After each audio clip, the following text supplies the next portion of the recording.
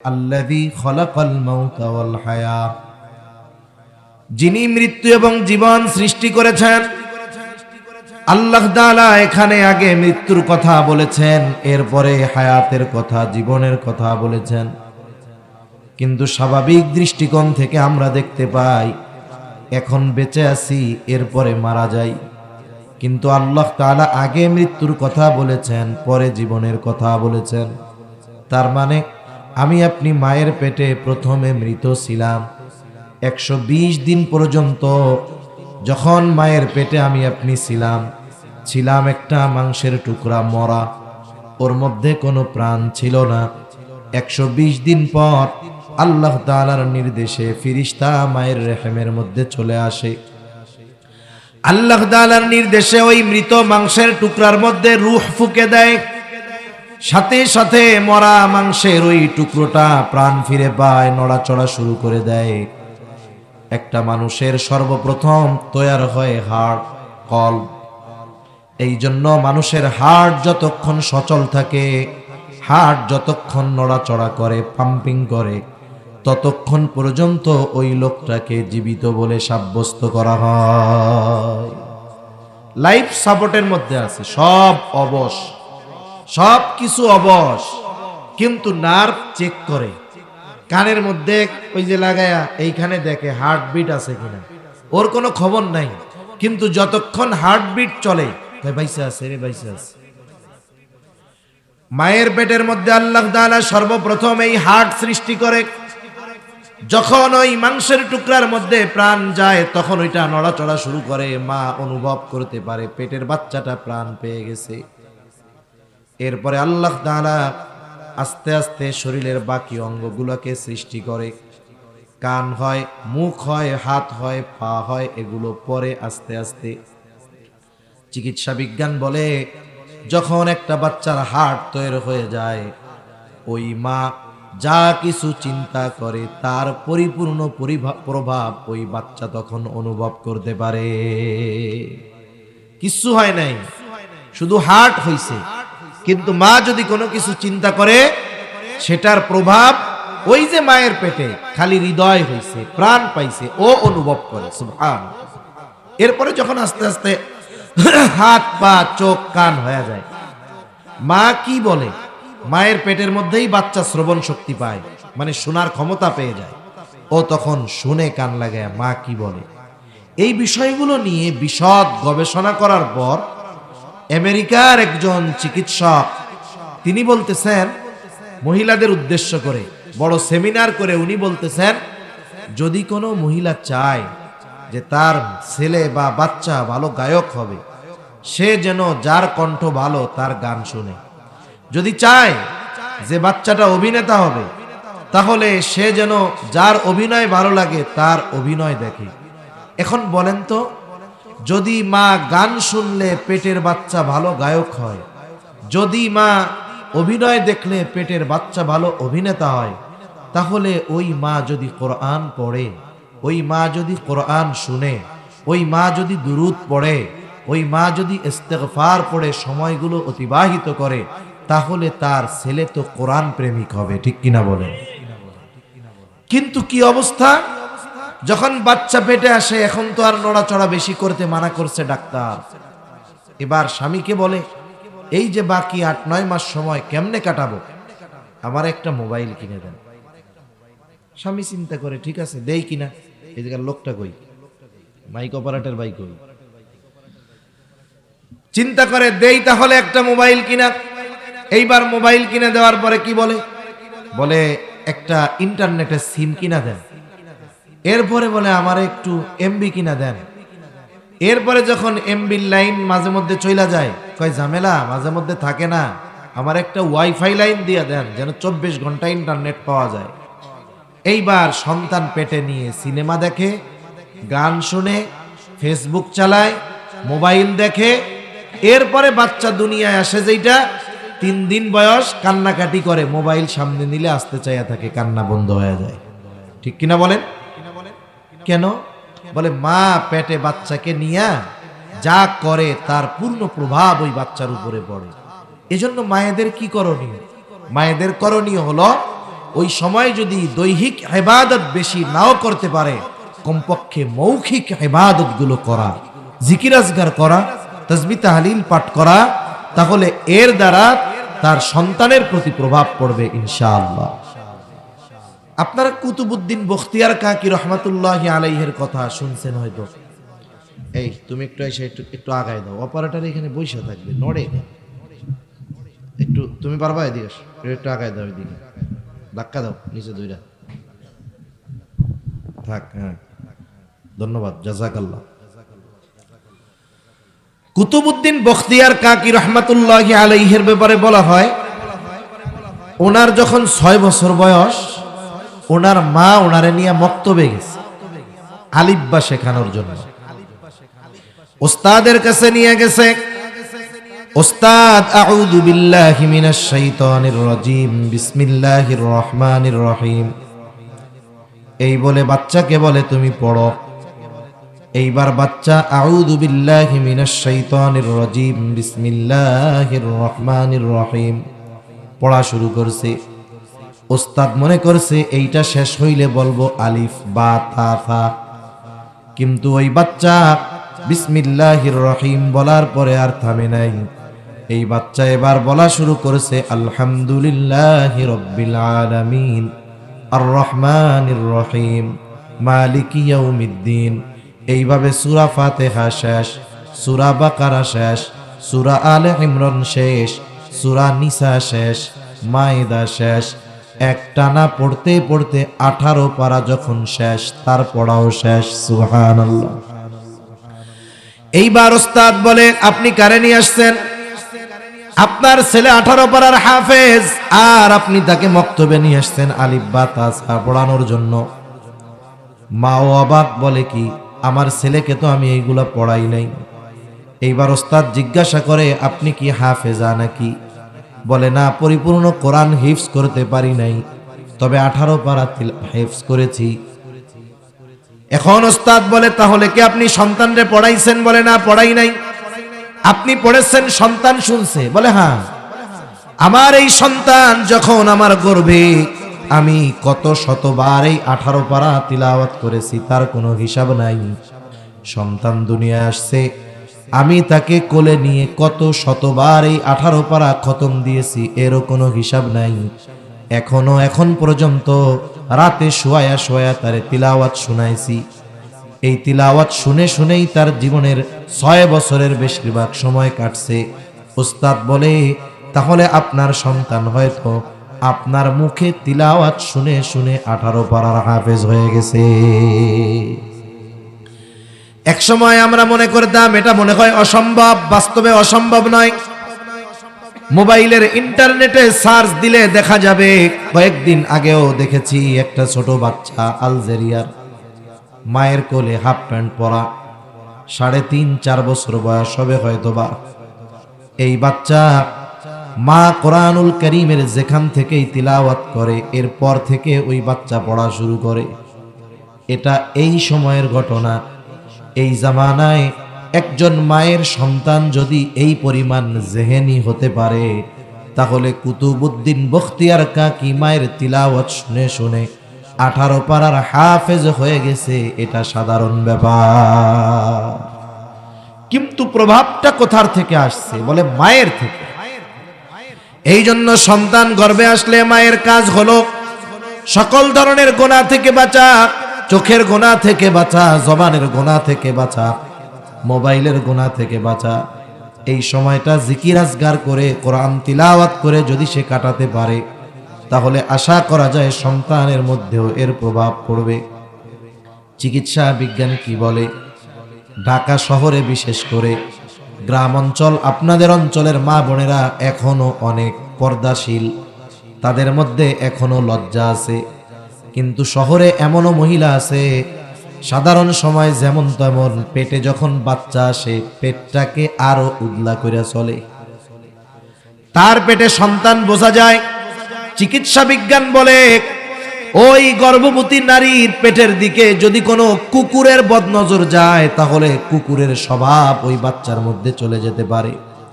হাদিসের মধ্যে আসছে আন্নাযরু হাক্কুন, আমরা এই যে বদনজর কই, বদনজর এটা কিন্তু বাস্তব।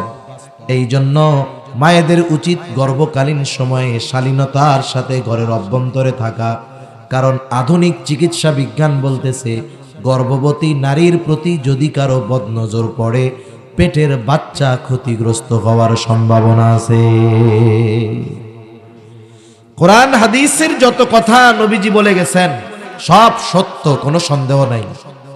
কিন্তু আস্তে আস্তে এর পরিপূর্ণ আলামত আমরা অনুধাবন করতে পারতেছি। এক সময় যেগুলাকে কুসংস্কার বলতো সাধারণ শিক্ষিত মানুষ, এখন বিজ্ঞান গবেষণা করার পরে বলে না, ওইটা কুসংস্কার না, ইসলাম যেটা বইলা রাখছে ওইটাই সঠিক। সুবহানাল্লাহ। এরপরে বাচ্চা দুনিয়ায় ভূমিষ্ঠ হলো। আমাদের দেশে তো ডাক্তারের কাছে নিয়ে গেলে ডাক্তাররা চিন্তা করে এই বাচ্চা দুনিয়ায় আসার ক্ষেত্রে স্বাভাবিক ডেলিভারি না, কেমনে এটারে সিজার করা যায়, অপারেশন করা যায়, পেট কেটে কেমনে বের করা যায়। এজন্য ডাক্তারের কাছে নিবেন, গাইনি ডাক্তার, সে রুগী দেখাই এমন ভয় দিবে যে বাচ্চার পজিশন ঠিক নাই, হ্যান নাই, তেন নাই, এমন অবস্থা, স্বাভাবিক ডেলিভারি হতে গেলে মাও মরতে পারে, বাচ্চাও মরতে পারে, এমন ভয় দেয়। লাস্টে লোকটা চিন্তা করে যা হয় হোক, দুইজনই বাইচা থাক, পেটটা একটু কাটা যাবে, তাতে কি আসে যায়। এগুলো ভয় দেয়, বেহুদা। কিন্তু স্বাভাবিকভাবে কোনো নারী যদি গর্ভকালীন সময় স্বাভাবিক সময়ের মতো অতিবাহিত করে, আশা করা যায় আল্লাহ তাআলা স্বাভাবিক ডেলিভারি তার জন্য সহজ করে দিবে। তা বাচ্চা যখন দুনিয়ায় ভূমিষ্ঠ হয় কি করণীয়? বলে ডান কানে আজান, বাম কানে ইকামত দিতে হবে। আমাদের অঞ্চলে, অনেক গ্রাম অঞ্চলে এখনো বোঝে না আজান কোন সময় দিবে, ইকামত কোন সময় দিবে, এটা তারা বুঝতে পারে না। বাচ্চা হয় এক জায়গায়, খবর দেয় আর এক জায়গায়। বাচ্চা হইছে নানার বাড়ি, বাচ্চার বাপ আছে তার বাড়ি। রাত 3টায় নানার বাড়িতে একটা বাচ্চা হয়েছে, সাথে সাথে ফোন দিছে যে তোমার তো একটা ছেলে হয়েছে। ও তো খুশি। রাত 3টার সময় ফোন দিছে মুয়াজ্জিন সাহেবকে। বলেন তো, রাত 3টার সময় ইমাম মুয়াজ্জিনকে বিরিয়ানি, পোলাও, কোরমা, রোস্ট খাওয়ার জন্য দাওয়াত দেয় না, বরং অধিকাংশ সময় গভীর রাতে যখন কেউ মারা যায় তখন গভীর রাতে ইমাম মুয়াজ্জিনকে ফোন দিয়া ডাক দেয়, খবর দেয়, ঠিক না? এখন মুয়াজ্জিন চিন্তা করে রাত 3টায় তো আর দাওয়াত দিবে না, এই চিন্তা করে ফোনটা দইরাই কয় মরছে কে, কি কয় মারা গেছে কে, দূর মিয়া, কেউ মরে নাই, আমার একটা পোলা হয়েছে, একটু আজান দিয়া দেন। পোলা হয়েছে কই, খবর আইছে কই, আজান দিতে কয় কই, কাম কি? বলে ছেলে হোক মেয়ে হোক, ডান কানে আজান, বাম কানে ইকামত। কোনো পুরুষ নাই, নারীরাই ডান কানে আজান, বাম কানে ইকামত দিয়ে দিবে। বুজুর্গানে দিন বলেন এর মধ্যে কি হিকমত? এক নাম্বার, আমরা প্রথমে ছিলাম রূহের জগতে, এক সময় তো কিছুই ছিল না। এরপরে আল্লাহ তাআলা আদম আলাইহিস সালামের পৃষ্ঠদেশ পিঠ থেকে আমাদেরকে সৃষ্টি করেছেন। আমাদের মূল হলো রূহ, সব রূহ একত্রে আল্লাহ সৃষ্টি করেছেন। আমরা ছিলাম রূহের জগতে, আলমে আরওয়াহ, রূহের জগতে ছিলাম। এরপরে আল্লাহ তাআলা আলমে বতন, এই যে মায়ের পেটের মধ্যে এক জগৎ, ওই জগতে পাঠাইছেন। ওই জগৎটা খুব সুরক্ষিত এক জগৎ। আল্লাহ তাআলা বলেন ফি করারিম মাকিন, মায়ের পেটের মধ্যে আল্লাহ তাআলা আমাদেরকে সুরক্ষিত স্থানে রেখেছে। এই কথা আল্লাহ জানায় দিচ্ছেন। এখন ওই জগৎ থেকে ভূমিষ্ঠ হয়ে আসলো নতুন এক জগতে, আলমে দুনিয়া, আলমে বতন। ওর ওই জগতে বাসিন্দা ও একাই ছিল, কোনো ঝামেলা টামেলা নেই, পেটের মধ্যে সে একা। ওই জায়গায় আমি আপনি মনে করতাম এটাই মনে হয় দুনিয়া। কিন্তু এখন যখন এই দুনিয়ার জগতে আসছে, হরেক রকমের হরক কিসিমের মানুষ আছে, জিন আছে, শয়তান আছে। আসলে মূলত কাহিনীটা কি? বলে সন্তান দুনিয়ায় আসার পরে দুনিয়ার কোনো ব্যাড সাউন্ড, আওয়াজ তার কানে যাওয়ার আগেই আল্লাহ তাআলার বড়ত্বের আওয়াজ তার কানে পৌঁছায়া দিতে হবে। বড়ত্বের আওয়াজ তার কানে পৌঁছায়া দিবে। সাথে সাথে আর একটা বিষয় কি, জীবনের জন্য একটা শিক্ষা এখানে। আপনাদের এলাকায় যখন নামাজের ওয়াক্ত হয়, এশার আজান দিল মনে করেন 7টায়, জামাত 7:15, যখন নামাজের জন্য দাঁড়ানো হলো, ইকামত দিল, ইকামত শেষ হওয়ার কয় ঘন্টা পরে তাকবীরে তাহরিমা দেয়? কথা বুঝেন নাই? সাথে সাথেই দেয় না, 1 সেকেন্ডও লাগে না। তাকবীরে তাহরিমা, ইকামত শেষ, সাথে সাথে ইমাম সাহেব কয় আল্লাহু আকবার। তাকবীরে তাহরিমা শেষ হইল, ইকামত শেষ হইল, আর নামাজের জন্য তাকবীর দেওয়া হলো, সময়টা খুব স্বল্প। এখান থেকে শিক্ষণীয়, জানাজার সালাতে নামাজে সাথে সাথে দেওয়া হয়ে গেছে। ইকামতের পরে নামাজ শুরু হতে যেমন একেবারে সময়টা স্বল্প, আমাদেরও মনে করা উচিত যে এই দুনিয়ার হায়াতটা ওই রকমই অল্প। এখান থেকে শিক্ষা নেওয়া। তাহলে ডান কানে আজান, বাম কানে ইকামত, এটা সন্তানের সাথে করতে হবে, দিতে হবে। এরপরে সন্তানের বাচ্চার বয়স যখন 7 বছর 7 দিন হবে, 7 দিন, এইবার তার আকিকা দিতে হবে। আকিকা 7ম দিন, না পারলে 14তম দিন, না পারলে 21তম দিন। ছেলে হলে 2টা ছাগল দিয়া, মেয়ে হলে 1টা ছাগল দিয়ে। এখন ছেলে হইছে কিন্তু 2টা ছাগল দিয়ে দেওয়ার অ্যাবিলিটি তার নাই, সামর্থ্য নাই। 1টা দিয়ে হলেও 7ম দিনে অথবা 14তম দিনে অথবা 21তম দিনে আকিকা দিয়া দিবে। কিন্তু অনেক মানুষ সামর্থ্য থাকার পরেও ইচ্ছাকৃত বিলম্ব করে কোরবানির সাথে আকিকা দেওয়ার জন্য অপেক্ষা করতে থাকে। 1 নাম্বার, যে কোনো আমলের ক্ষেত্রে পদ্ধতি হবে সুন্নাহ পদ্ধতি। সুন্নাতের উপরে আমল করার সুযোগ থাকার পরেও কেন জায়েজের দিকে যাব? কোরবানির পশুর সাথে আকিকা দেওয়া জায়েজ, তবে সুন্নাত কি বলে? 7 দিনে, 14তম দিনে, নাইলে 21তম দিনে দিয়া দেন। যদি এই সময় সামর্থ্য না থাকে তাহলে জায়েজের উপরে আমল করলেন, কোরবানির সাথে দিয়ে দিলেন। কিন্তু সামর্থ্য থাকলে যথাসময়ে দিয়ে দেওয়া উচিত। ছেলে হলে 2টা, না থাকলে 1টা দিয়া দিবেন। কত মানুষ আছে দেখা যায় ওনার ছেলে মেয়ে বিবাহ দিয়ে দিছে, মা বুড়া হয়ে গেছে, হঠাৎ করে কইতেছে, রে তুই তো দাদা হয়ে যাবি কদিন পরে, কিন্তু তোর তো আকিকা দিতে আমার মনে আসিল না। এখন আমাকে ফোন দেয় যে হুজুর, আমার আব্বা মা তো আমার আকিকা দেয় নাই, এখন আমারও পোলাপান হইছে, আমার পোলাপানেরও পোলাপান হয়ে গেছে, আমার আকিকাটা দিয়া দিমু। এই যে মা বাবা গাফলতি কেন করেন?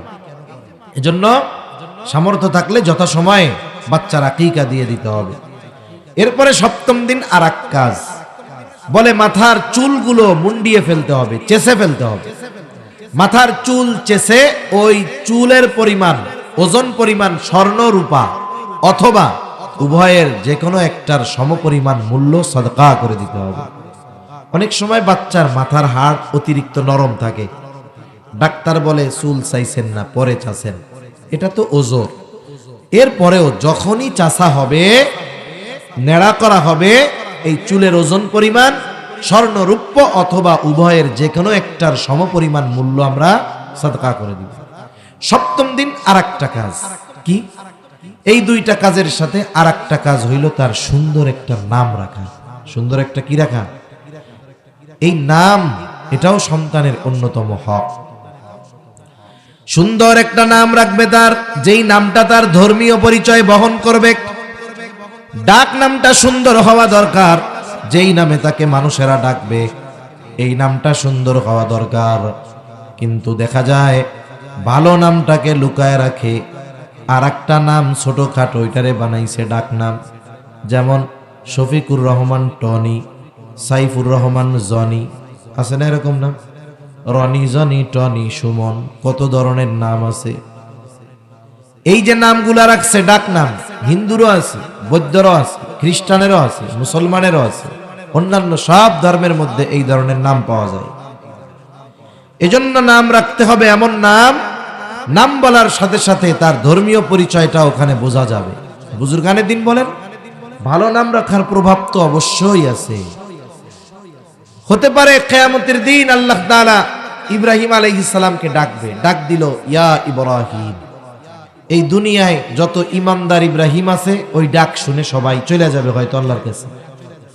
আল্লাহ তাআলা হয়তো বলবে, তোমরা আসছো কেন? আমি তো ডেকেছি আমার খলিল ইব্রাহিমকে, তোমরা কেন আসছো? তখন ওই ইব্রাহিম নামধারী লোকগুলো বলবে, আল্লাহ আমাদের নামও তো ইব্রাহিম, আপনি তো বলেন নাই যে খলিলুল্লাহ আসো। আপনি তো ডাক দিছেন ইব্রাহিম, আমাদের নামও তো ইব্রাহিম। আল্লাহ তাআলা কিয়ামতের দিন বান্দাকে মাফ করার জন্য বাহানা তালাশ করবে।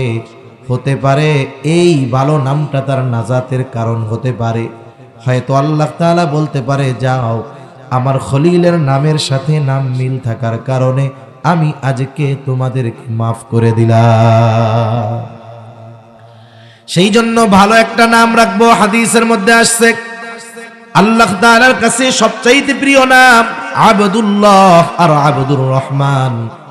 এলাকায় আব্দুল্লাহ বেশি, আব্দুর রহমান বেশি। এখন কি রাখবেন? বলে আল্লাহ তাআলার গুণবাচক অনেক নাম আছে, ওই নামগুলোর সাথে আবদুন শব্দ যোগ করে রেখা দেন। আবদুর রহিম, আবদুস সামাদ, আবদুল মালিক, আবদুল খালেক, আবদুল হামিদ। আছে না নাই? সুন্দর না নামগুলো? মাথা নাড়েন, মুখ দিয়া কোন সুন্দর না অসুন্দর? সুন্দর। এখন নাম যেহেতু সুন্দর, ডাকতে হবেও তো সুন্দর করে। যার নাম আব্দুর রহিম, তারে কি ডাকবো? আব্দুর রহিম বলে ডাকবো। আমরা প্রথমে আব্দুন বাদ দিয়া দেই, কয়দিন পরে ওরেই ডাকি রহিম, মালেক, খালেক, সামাদ, হামিদ। যাক, এও মোটামুটি এক অবস্থায় আছে।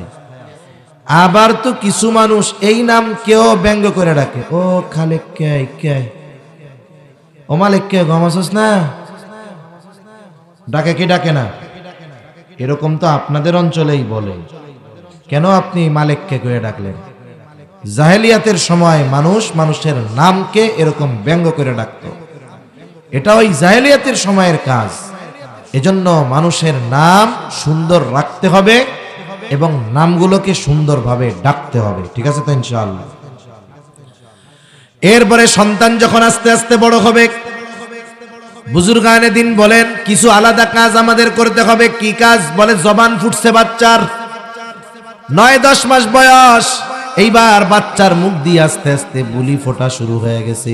ও এর আগে যখন তাকে দুধ পান করানো শেষ হবে, তাহনিক করাতে হবে। তাহনিক বিশেষ করে 6 মাস বয়স, তখন তাকে স্বাভাবিক দুধের সাথে সাথে আলাদা খাবার দেওয়া হয়।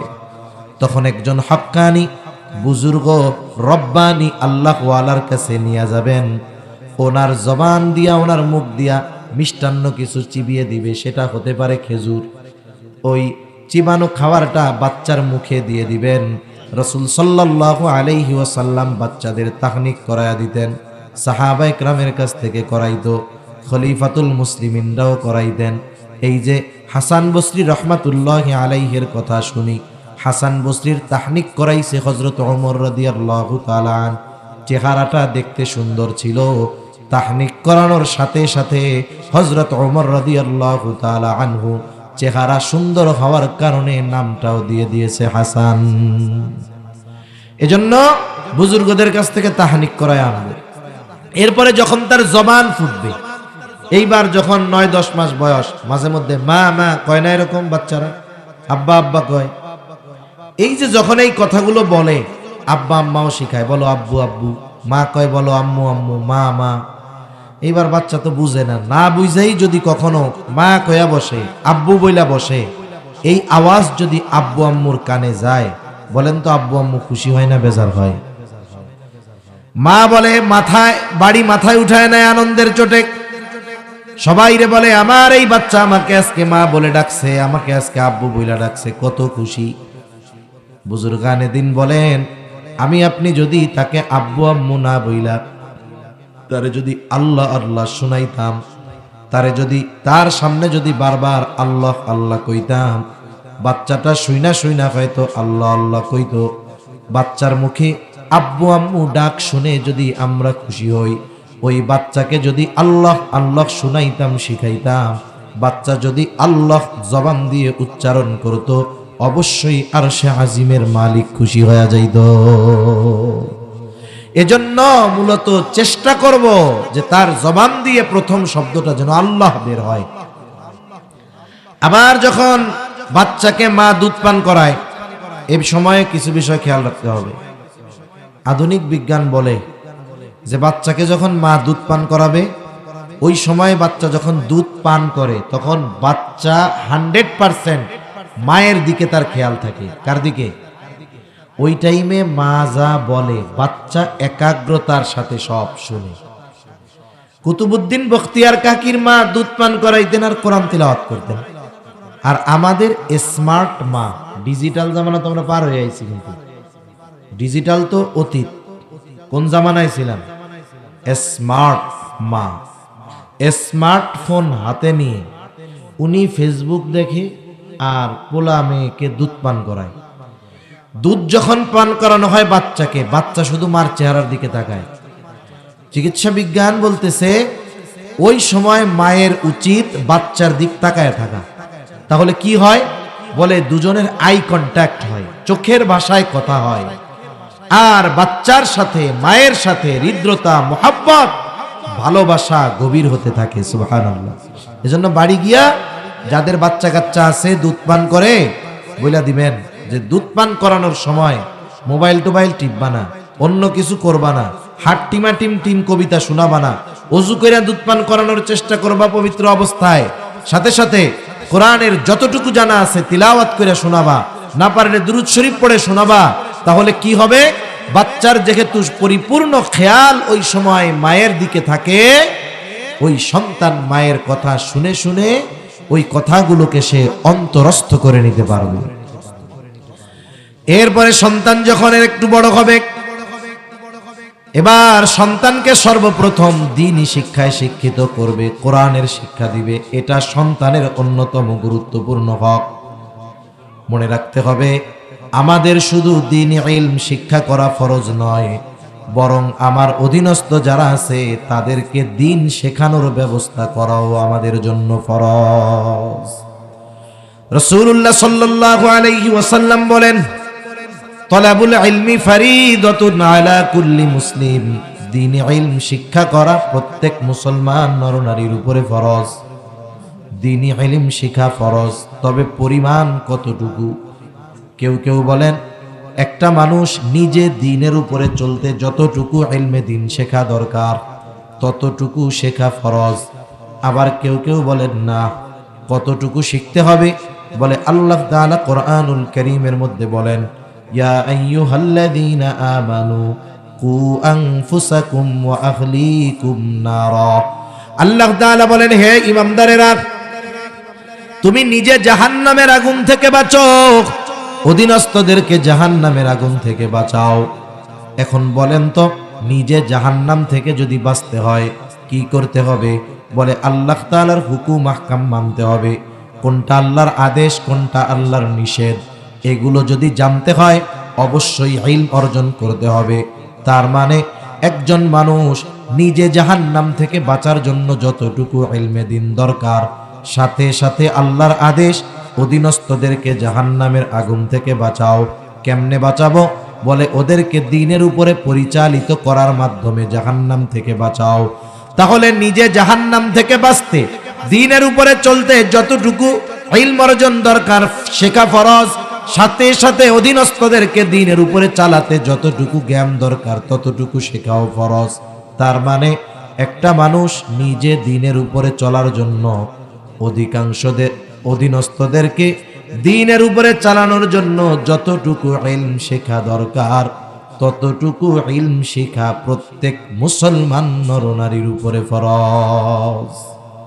এখন যদি কেউ না শিখে তাহলে সে গুনাহ করতেছে। শেখার ব্যবস্থা করবে, মাদ্রাসায় আইসা ওস্তাদদের বলবে, মুহতামিম সাহেবকে বলবে যে আপনি একটু বয়স্কদের শিক্ষার ব্যবস্থা করে দেন, যাতে এই ফরজ আমাদের উপর থেকে আমরা আদায় করে নিতে পারি, নাহলে তো গুনার মধ্যে আছে। দাওয়াত ও তাবলীগের মেহনতে গিয়ে শিখবে, ওলামা একরামের সাথে গিয়া নিজের দুর্বলতার কথা বলবে। ওলামা হযরত যদি ওই সফরের সাথী থাকেন তাহলে ওনারা সুন্দরভাবে শিখিয়ে দিবেন জরুরতে দ্বীন, যা দরকার আমাদের জন্য। তাহলে দ্বীন যেমন নিজে শেখা ফরজ, অধীনস্থদেরকে শেখানো ফরজ, এটা অধীনস্থদের অন্যতম গুরুত্বপূর্ণ হক। আগের আমলে পরিবেশ ছিল নিজ বাড়িতেই পিতামাতা সন্তানদেরকে দ্বীন শেখাইতে পারতেন, কিন্তু এখনকার পরিস্থিতি বাচ্চাদের অবস্থা মেজাজ একরকম না। এই জন্য বাড়িতে দিন শেখানো কঠিন হয়ে গেছে। আমাদের এই বিষয়টাকে সহজ করার জন্যই এই ধরনের মাদ্রাসা। এই মাদ্রাসাগুলো আমাদের সন্তানদের দিন শেখানোর দায়িত্ব নিয়েছে। এই জন্য আমাদের দায়িত্ব হলো সন্তানকে জাহান্নাম থেকে বাঁচানোর জন্য, দিন শেখানোর জন্য এই ধরনের মাদ্রাসায় প্রথমে তাকে ভর্তি করে দেওয়া। বৃত্তিমূলক শিক্ষা, দ্বীনি শিক্ষা হওয়া দরকার। এরপরে আপনি তাকে ইঞ্জিনিয়ার, ডাক্তার বানান, সেটা পরের কথা। কিন্তু ক্লাস 3, 4, 5 পর্যন্ত নুরানি মাদ্রাসায় যদি বাচ্চা একটা পড়ে, তাহলে সে সহি শুদ্ধভাবে কোরআন পড়তে পারে, পড়াতে পারে। সহি শুদ্ধভাবে অনেকগুলা সূরা তার মুখস্থ থাকে, আমলের সূরা বিশেষ করে যেগুলো। আবার নামাজের যত মাসলা মাসাইল আছে সবগুলো তারা সুন্দরভাবে বলতে পারে। 2 রাকাত নামাজে 60টা মাসালা আমারে যদি কইতে কয়, আমার কইতে অবস্থা খারাপ হয়ে যাবে। কিন্তু ছোট বাচ্চা এই নুরানি মাদ্রাসায় 2 রাকাত নামাজ পড়ে পড়ে দেখায়, আর কোন বিষয়টা কি, কোনটা ফরজ, কোনটা ওয়াজিব, কোনটা সুন্নাত একেবারে সুন্দরভাবে বর্ণনা করে দেয়। কত মুরব্বী আছে 30 বছর নামাজ পড়ে দোয়ায় কুনুত পারে না, কুল আল্লাহ দিয়ে চালায় দেয়। অনেক মুরব্বী আছে এরকম। অথচ এই যে ছোট বাচ্চা যতটুকু দিন শেখা ফরজ এই মাদ্রাসায় শিখতে পারলো। এখন বলেন, আপনি যদি সন্তানদের টাকার মেশিন বানানোর চিন্তায় করে যদি এই ফরজ পরিমাণ দিন না শেখানোর ব্যবস্থা করেন, ওই সন্তান টাকা কামাই করবে ঠিক, কিন্তু আল্লাহ না করুক পরকালে যদি ও জাহান্নামী হয়, আগে আপনারে বলবে যে আল্লাহ ওনারে আগে জাহান্নামে নেন, এরপরে আমারে জাহান্নামে দেন। এজন্য যাদের সন্তান মাদ্রাসায় পড়ে তো আলহামদুলিল্লাহ, যাদের পড়ে না, আল্লাহ যাদের এখনো দেয় নাই, যাদেরটা পেটের মধ্যে আছে, যারা মাত্র বিয়া করছে অথবা বিয়া করে নাই, এখনই নিয়ত করবে বিয়া না করলে যে আল্লাহ দিনদার একটা মেয়ে নসিব করেন, ছেলে যদি হয় মেয়ে যদি হয় আগে মাদ্রাসায় পড়ামু। যারটা পেটের মধ্যে আছে নিয়ত করবেন আল্লাহ সুস্থতার সাথে যদি দুনিয়ায় সন্তান আসে, ও যখন বয়স হবে ওরে আগে মাদ্রাসায় পড়াবো। যার বাচ্চা আছে এখনই নিয়ত করেন মাদ্রাসায় পড়াবো। যারা পড়াচ্ছেন তো আলহামদুলিল্লাহ, কমপক্ষে কতটুক বলে নুরানির 3, 4, 5 পর্যন্ত পড়ান। তাহলে কি হবে? যতটুকু দিন শেখানো ফরজ ছিল শিখবে, আপনার উপরে তার গুরুত্বপূর্ণ একটা হক ছিল, এটা আদায় করে ফেললেন। এরপরে সন্তান যখন আর একটু বড় হবে, হাদিসের মধ্যে আসছে 7 বছর বয়স হলে নামাজের আদেশ করবে, 10 বছরে নামাজ না পড়লে প্রহার করবে, সাথে সাথে বিছানাটা আলাদা করে দিবে। বলেন তো, 7 বছরে যদি নামাজের আদেশ করতে চাই, অবশ্যই 7 বছরের আগের থেকেই তাকে নামাজ শেখাতে হবে। এই ধরনের মাদ্রাসাগুলায়, নুরানি মাদ্রাসায়, মক্তবে ছোট ছোট বাচ্চা 5 বছর 6 বছরের বাচ্চা, এরা যে নামাজ পড়ে, এদের নামাজ দেখলে নিজেদের লজ্জা লাগে যে কত সুন্দরভাবে পড়তেছে। ওদের নামাজের কাছে নিজেদের নামাজকে কিছুই মনে হয় না, কত ধীর স্থিরতার সাথে সুন্দরভাবে ছোট বাচ্চারা নামাজ পড়ে। আপনি যদি বাচ্চাটারে মাদ্রাসায় দিয়া দেন 5 বছর থেকে, 4 বছরের থেকেই দিয়া দেন, পড়া লাগবে না, মাদ্রাসার পরিবেশের সাথে সে পরিচিত হোক।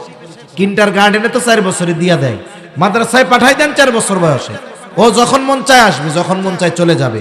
কিন্তু মাদ্রাসার পরিবেশের সাথে যদি ও পরিচিত হয়ে যায়, দেখবেন বাচ্চাদের সাথে থাকবে, পড়ালেখা দরকার না, ও দৌড়ায় দৌড়ায় বেড়াবে। কিন্তু এই মাদ্রাসার পরিবেশে তাকে দেন, তাহলে কি হবে? 6 বছর বয়সে 7 বছরে নামাজের আদেশ করা লাগবে না, ও তো 6 বছরেই পাক্কা নামাজি হয়ে যাবে। ঠিক কিনা বলেন? যেই দায়িত্বটা অভিভাবকের ছিল, মাদ্রাসাওয়ালারাই দায়িত্ব পালন করে দিতেছে।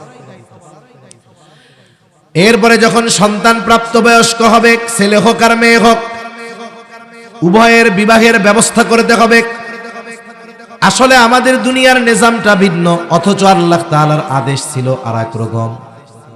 আল্লাহ তাআলার আদেশ ছিল অভিভাবকদের উপর, তোমাদের অধীনে যারা বিবাহ উপযুক্ত আছে, ছেলে হোক আর মেয়ে হোক, অভিভাবকদের উপরে নির্দেশ হলো তোমরা তোমাদের ওই বিবাহ উপযুক্ত অধীনস্থ যারা আছে তাদের বিবাহ দিয়া দাও। তাহলে ছেলে মেয়ে যদি বিবাহ উপযুক্ত হয়, ছেলে মেয়েকে বিবাহ দিয়ে দেওয়ার দায়িত্ব কার? মা বাবার বা অভিভাবকের। এটাই তো আল্লাহর আদেশ, ওয়ানকিহুল আয়ামা মিনকুম ওয়াস-সালিহিনা মিন ইবাদিকুম ইন ইয়াকুনু ফুকারা ইউগনিহিমুল্লাহ। কত রহস্যজনক কথা, একটু পরে কই। তাহলে ছেলে অথবা মেয়ে উভয়কে বিবাহ দেওয়ার দায়িত্ব কার? অভিভাবকের। বলেন তো, অভিভাবকের দায়িত্ব ছেলে মেয়ে প্রাপ্তবয়স্কা হলে বিবাহ দেওয়া। অভিভাবক মেয়ের বিবাহ দেয়, কিন্তু ছেলেরটা দেয় না। ছেলেরটা দেয়? কথা বুঝেন নাই? ছেলেরটা দেয় না, ছেলেরা কয় নিজের পায়ে খাড়াও। মেয়ের বিবাহের জন্য কি করে? মেয়ে দুনিয়ায় আসছে, এইবার 10টা 20টা গাছ লাগায় রাখবে, দামি দামি কাঠের গাছ, মেহগুনি গাছ লাগাইছে। 18 বছরে এই গাছ এরকম মোটা হইয়া এক একটার দাম হইছে 1 লক্ষ টাকা। এইবার বিবাহের সময় 10টা গাছ কাটছে, 10 লক্ষ টাকা পেয়ে গেছে। মেয়েরে বলে, এই যে তুমি যখন হইছিলা ওই দিন এই 10টা গাছ লাগাইছিলাম, এই যে তোমার বিবাহের জন্য খরচ করার জন্য 10 লাখ। ও মিয়া, বিবাহ তো আল্লাহ পোলারেও দিতে কইছে, পোলা যখন জন্ম নিছে 10টা গাছ লাগান নাই কেন? 10টা গাছ লাগাইতেন। বিবাহের বয়স হইলে 10টা গাছ কেটে 10 লাখ টাকা হাতে দিয়া কইতেন, আমি পিতা হিসাবে দায়িত্ব ছিল তোমাকে বিবাহ দিয়ে দেওয়া, এই যে 10 লাখ দিলাম, এটা দিয়ে ব্যবসা করো, এটা দিয়ে তুমি কাজে লাগাও আর বিবাহ করো। এটা তো ছেলের ক্ষেত্রে বলেন না। তার মানে এই ডাবল স্ট্যান্ডবাজি ছেলেদের সাথে করা হয়। বিবাহ দেওয়ার দায়িত্ব অভিভাবকের, ছেলে হোক আর মেয়ে হোক।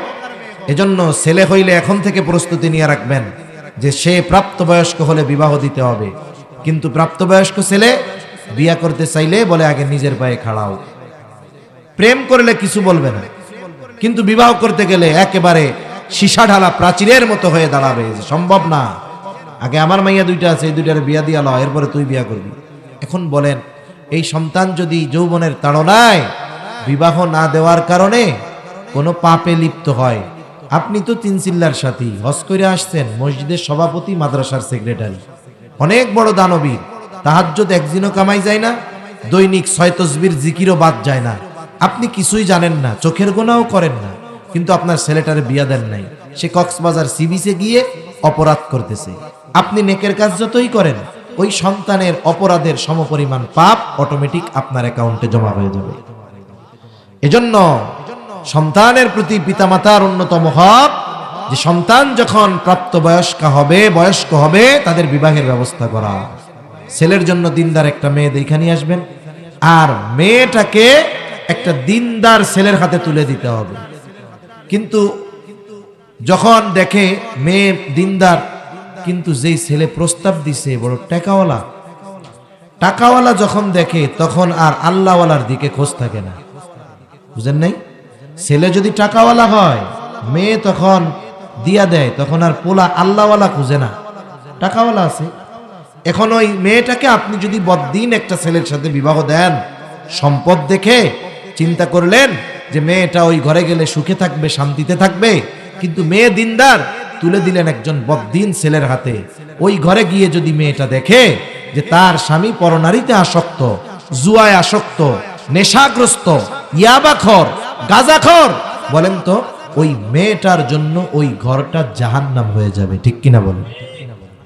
এজন্য সর্বশেষ দায়িত্বটাও ঠিকমতো পালন করতে হবে। এখন এই পালনগুলো আমরা সবাই করলাম, এরপরে আল্লাহ না করুক মেয়ে বদ্দিন হয়ে গেছে, দিছিলেন দিনদার ছেলের সাথে, সে বদ্দিন হয়ে গেছে, ছেলেরে সব হক আদায় করছেন, ছেলে বদ্দিন হয়ে গেছে, এ দায়ভার আপনার আমার নয়। কিয়ামতে আল্লাহ জিজ্ঞাসা করবে না যে এরপরে কেন এরা খারাপ হলো, এই কারণে আল্লাহর কাছে জবাবদিহি তার কাঠগড়ায় দাঁড়াতে লাগবে না। কিন্তু এর আগের হকগুলো আদায় না করলে কিয়ামতের দিন আল্লাহ তাআলার সামনে জবাবদিহি তার কাঠগড়ায় দাঁড়ানো লাগবে।